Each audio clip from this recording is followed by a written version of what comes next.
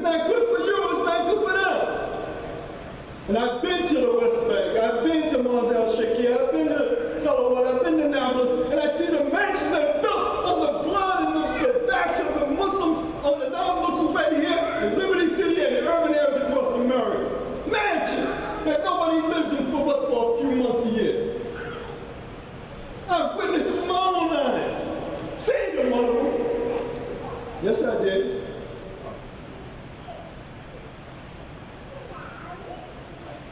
So you are here for a purpose beyond making the dollar, the US dollar.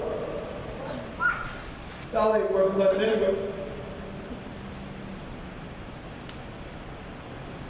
Nixon took care of that. Took us off the gold standard. The only thing we got now is the petrodollar.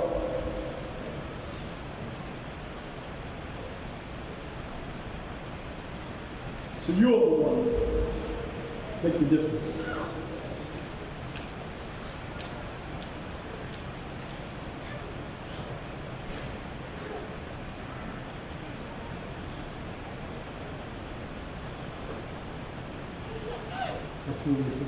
هذا واستغفر الله لي ولكم ولسائر المسلمين فاستغفروه إنه هو الغفور الرحيم.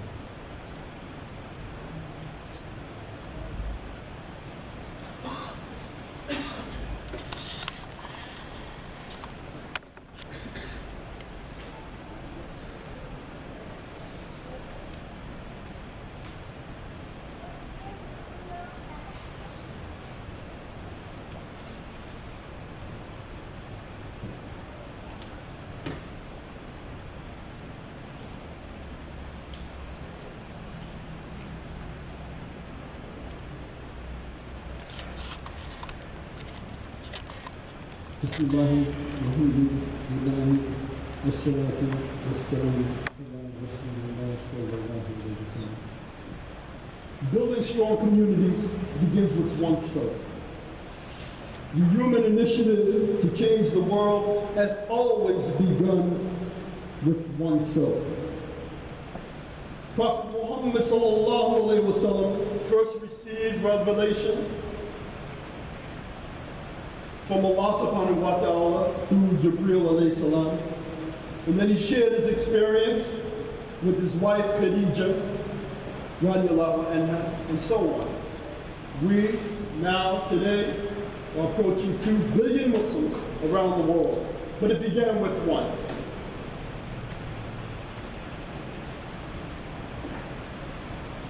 And let me just stress the point that first revelation was what? Iqra. Read.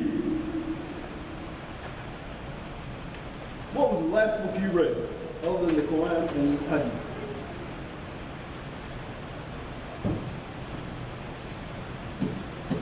There's a lot of books we need to read. We have to increase ourselves in knowledge.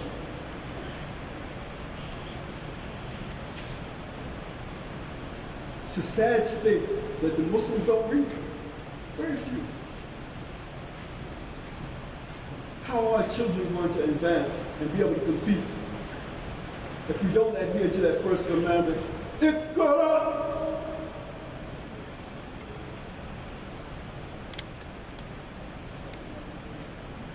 You have the ability to transform the world, and you must do so. House by house, block by block, neighborhood by neighborhood, inshallah. And who better? You're armed with the Quran and the Sunnah of Rasulullah sallallahu alaihi wasallam. Who better to transform the world than you?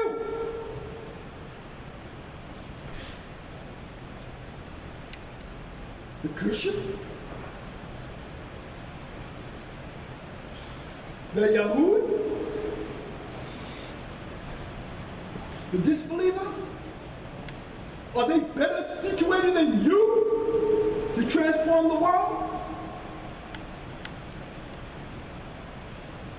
So it's up to you to make that change. statue.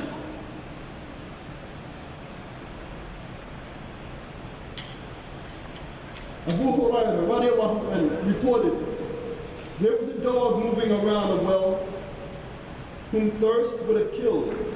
Suddenly a prostitute from among the prostitutes of Bani Israel, happened to see it, and she drew water in her shoe and made it drink. And she was pardoned because of this. This is reported in Sahih al-Bukhari and Sahih Muslim. A prostitute doing something good for Allah's creation. One good amount, and she's pardoned. So think about what you can do with all that Allah has blessed you with. All of the opportunities to do dawah, feed the hungry, and uphold our obligations of zakat, sadaqah. If you've been to Hajj 20 times, it's about time you sponsor somebody else that can't afford to go. Prophet Muhammad sallallahu alaihi wasallam, how many Hajj did he make?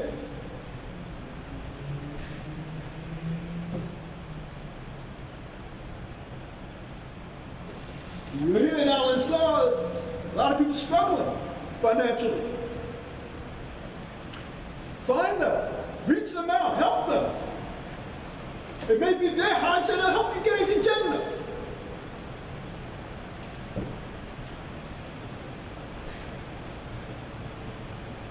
There was an Abyssinian slave girl. Abyssinia is what's commonly called Ethiopia, in part. And her name was Miriam, not the mother of Isa, but she was a slave girl named Miriam, whose master was a Bedouin Arab. She would travel everywhere with her master to serve the members of his family. One day, the daughter of her master was wearing a red leather scarf adorned with jewels. And she would wear it on her shoulders, sometimes her waist. It was a symbol of status. When the daughter fell asleep, a bird came and snatched up her red scarf. It flew off of us. When the daughter woke up and noticed that the scarf was gone, she started screaming. And she told her father that somebody took my scarf. No one knew what happened.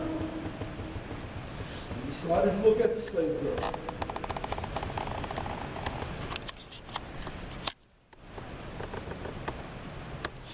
The girl said while the master's daughter was sleeping, a bird snatched it and flew off with it. No one believed it.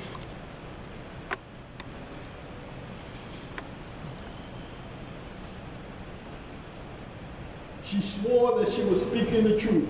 Wallahi, I did not take the scarf.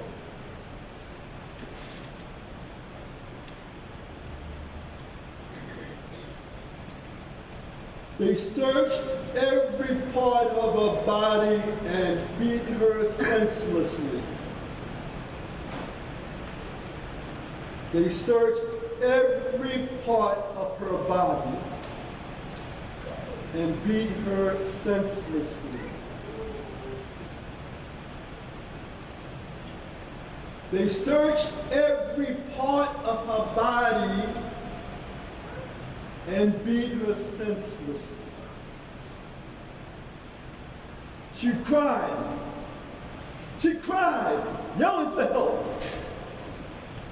But no one came to her aid.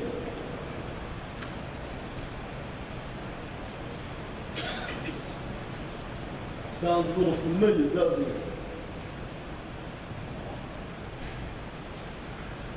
Soon thereafter, the bird returned the scarf. Oh.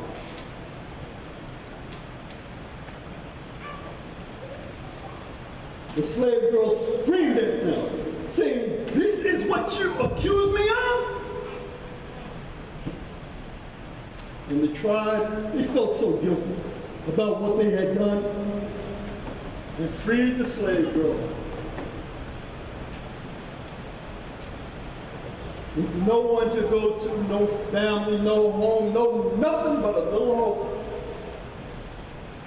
She set out for Medina when she heard about a man claiming to be the prophet of Allah, sallallahu alayhi wa sallam.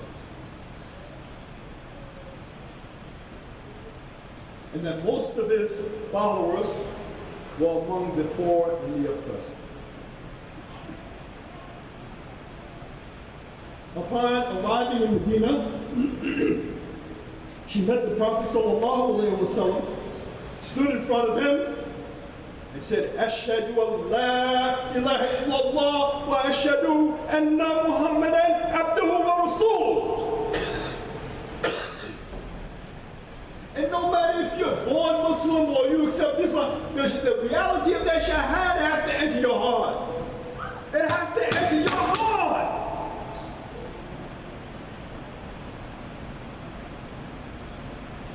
And it entered hers.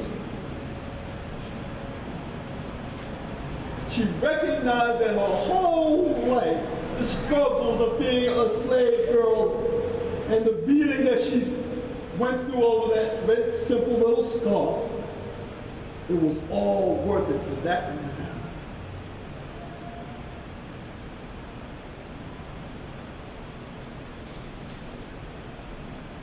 Prophet Muhammad sallallahu alayhi wa sallam recognized her situation and knew that Allah subhanahu wa ta'ala loved her. And he built a room in the masjid for her. Aisha radiallahu anha took notice of her and would sit with her daily. And whenever Aisha radiallahu anha would sit with her, she would always be reciting a poem. You know, in those days, the Arabs were very well known for their poetry. Very well known for it. And she would recite, in close English translation, the day of the scarf was one of the wonders of our Lord. It is on that day that from the shores of disbelief he saved me.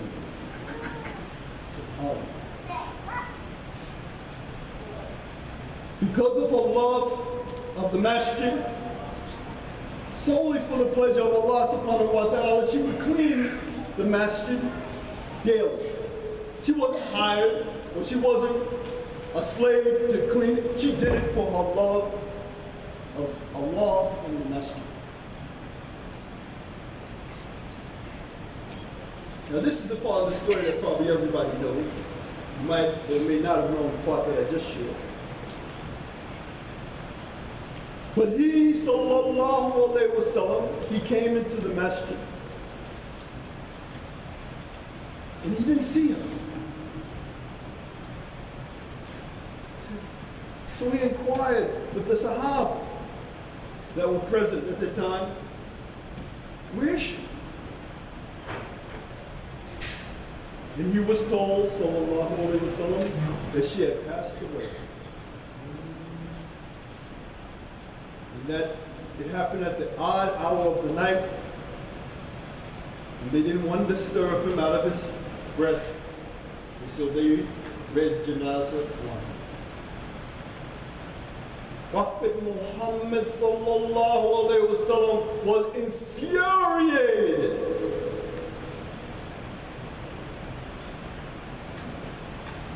Because basically they thought that she was insignificant. Just a lady cleaning up masjid. They didn't want to disturb the Prophet sallallahu alayhi wa sallam. So Prophet Muhammad sallallahu alayhi wa sallam, he told the Sahaba to take him to her gravesite. And he read the Janazah on her, along with the Sahaba that were present. This is the only known time during the time of Prophet Muhammad sallallahu alayhi wa sallam's sirah that Janazah was read twice on an individual. once by the Sahaba, and once by the Prophet Muhammad sallallahu alaihi wasallam and the Sahaba that were present. Which one of us wouldn't be happy having our janazah read upon by a Sahaba?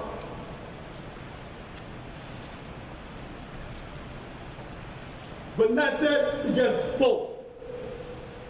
She got both. SubhanAllah. And Allah subhanahu wa ta'ala illuminates the graves of the ones that He reads the janazah. SubhanAllah. Little significant black woman. Slave girl.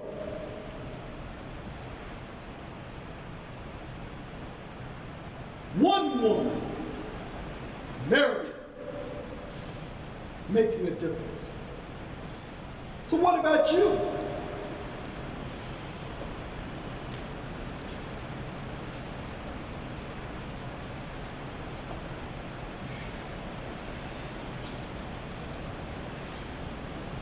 What is your story?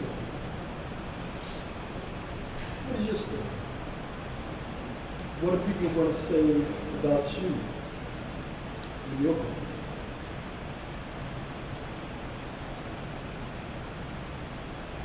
What are you going to be doing?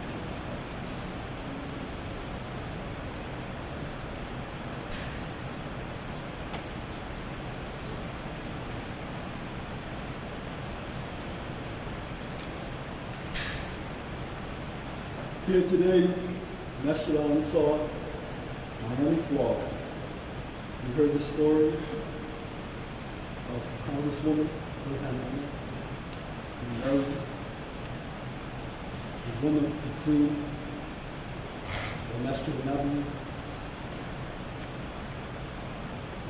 and Habib, who stood up in the face of disbelievers with sincere and certain conviction in Tawheed, and was granted status as Shaheed and allowed immediate entry into Jannah. What will your story be? The brothers, as a reminder, the angels stop writing once the Khatib takes to the minbar. So make an effort to be here before Salat Juma'ah begins. Before, I should say, before the it's for your benefit. Because you only get, present,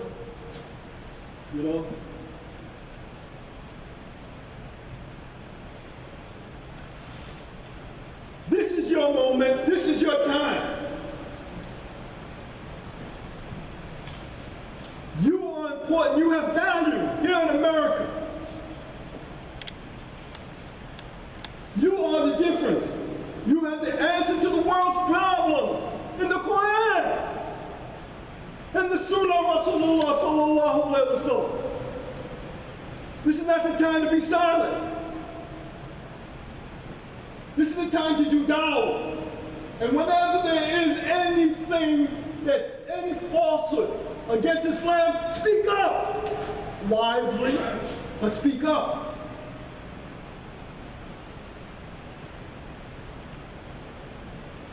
Are we not men? Are we not men?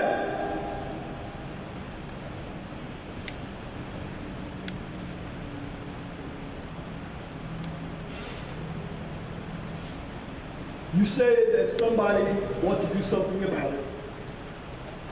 You do something about it. Go back and let the world know you're here. Take a look at the man in the mirror and ask the question, what difference am I making? What is my